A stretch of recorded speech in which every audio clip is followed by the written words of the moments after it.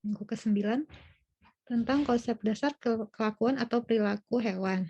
Mulai ya, bismillahirrahmanirrahim. Nah, perilaku atau behavior ya. Aktivitas suatu organisme akibat adanya suatu stimulus.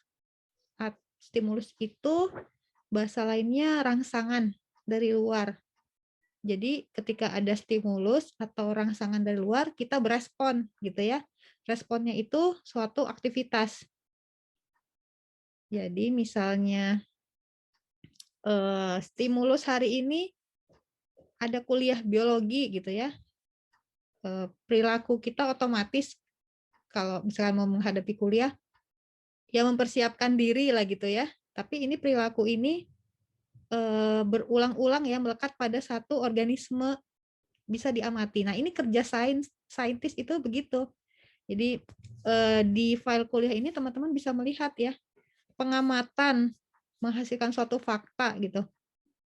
Satu-satu organisme itu diamati perilakunya. Bayangkan gitu ya, akhirnya mendapatkan suatu fakta. Nah itulah kerja saintis di sini.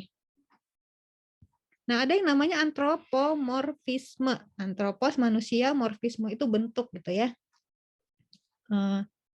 Itu interpretasi perilaku organisme lain seperti perilaku kita. Semakin kita mengenal suatu organisme, semakin kita menafsirkan perilaku itu secara antropomorfik. Contohnya itu dengan hewan peliharaan. Ya, jadi kalau ada yang pelihara kucing seperti saya, pelihara anjing, ikan, hamster, apapun itu ya. Misalkan saya punya kucing satu kan namanya Moka. Moka suka manjat di jendela dan melihat-lihat keluar. Sama saya dilarang keluar karena Moka ini sepertinya sudah ingin kawin gitu. Belum disteril dan bisa-bisa terjadi pernikahan dini kan gitu ya. Jadi kalau dia udah manjat jendela, saya tuh ngomong gitu ya, kamu mau ketemu Babang? Iya mau ketemu Babang gitu ya.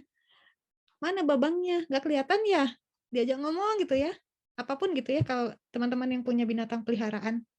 Atau dia ngelengos, bosan gitu ya. Nah kita membahasakan, ih bosan ngambek ya? Ih kok gitu sih gitu ya. Jadi kita menerjemahkannya gitu ya. Seperti perilaku kita. Dan yang mereka rasakan itu seperti yang kita rasakan. Padahal belum tentu. Nah ini contohnya nih. Tuh meme-nya kucing gitu ya. Ini suka bikin meme dengan hewan-hewan gitu. Mau anjing, kucing, kartun sampai yang asli nih ya. Kalau bisa dilihat. Kayak ini nih. Ih kesel deh gitu ya. Well mungkin ekspresi wajah si kucing ini bukan buat gitu, tapi kita menginterpretasinya kayak ini kucingnya lagi kesel gitu ya. Terus ini nih minta sesuatu. Nah ini mungkin bisa jadi ya, apalagi kalau anjing sudah dilatih, pingin bagi dong gitu ya. Nah ini muka sedih gitu ya, tega. Kita bahasakan gitu. Apa ya? Menarik nih orang-orang yang bisa punya kemampuan bikin stiker-stiker seperti ini. Tapi ini adalah contoh kurang lebih antropomorfisme gitu ya. Ada yang bilang mirip dengan personifikasi seperti apa tuh person orang ya. Jadi bahasanya tuh seperti bahasa kita padahal belum tentu gitu. Nah, jadi perilaku itu dekat dengan genetika. Adalah suatu perdebatan gitu ya. Nih, misalkan teman-teman melihat suatu perilaku seorang serial killer misalnya, atau teman-teman mendengar dalam satu keluarga yang sepertinya baik-baik aja gitu ya, karakternya tiba-tiba ada satu anak yang beda sendiri, dalam arti lebih ke arah negatif gitu.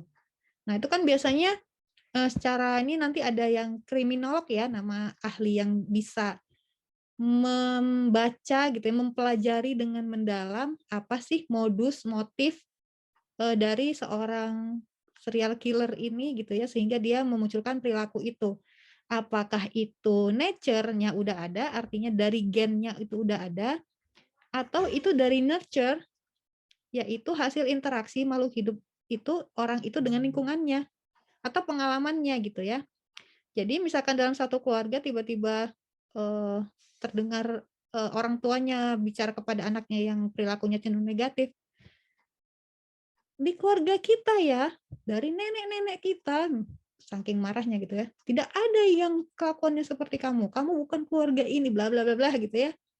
Nah itu sudah berbicara bahwa secara genetik itu nggak ada, gitu ya. Tapi satu sisi, ada yang namanya nurture, jangan-jangan anak ini sudah terkontaminasi dengan, pergaulan yang negatif misalnya ya, tercekokin miras, nafza, narkoba, dan lain-lain. Nah, ini masih perdebatan antara nature versus nurture. Misalnya lagi, serial killer itu kalau teman-teman mungkin ada yang suka menonton seperti itu ya, apakah dia, eee, punya inner child atau, apa ya, masa kecilnya itu ada trauma gitu ya, atau kalau teman-teman mungkin ada yang sudah menyimak sekarang sedang digodok undang-undang kekerasan seksual dalam kampus, ada yang pernah ini nggak, pernah dengar nggak? Mungkin dari podcast-nya Om Deddy Corbuzier atau Mas Nadiem Makarim atau Cinta Laura gitu ya, sekarang lagi digodok itu. Jadi pertanyaan gitu ya, seorang dosen, memperlakukan mahasiswanya yang notabene yang satu punya kekuasaan, yang satu tidak berkuasa karena nilai ada di tangan saya, ceritanya gitu ya, tapi memperlakukannya tidak pantas secara seksual. Nah, itu kan jadi dipelajari dan ini ya, dianalisis oleh ahli-ahli psikolog, psikiater, kriminolog, dan lain-lain. Apakah ini sudah memang ada di gennya? Apakah dia punya, eee, pergaulan, masa lalu gitu, trauma yang menyebabkan dia berperilaku seperti itu. Makasih udah hadir hari ini, mudah-mudahan memberi manfaat, selamat aktivitas, makasih. Assalamualaikum warahmatullahi wabarakatuh, selamat siang.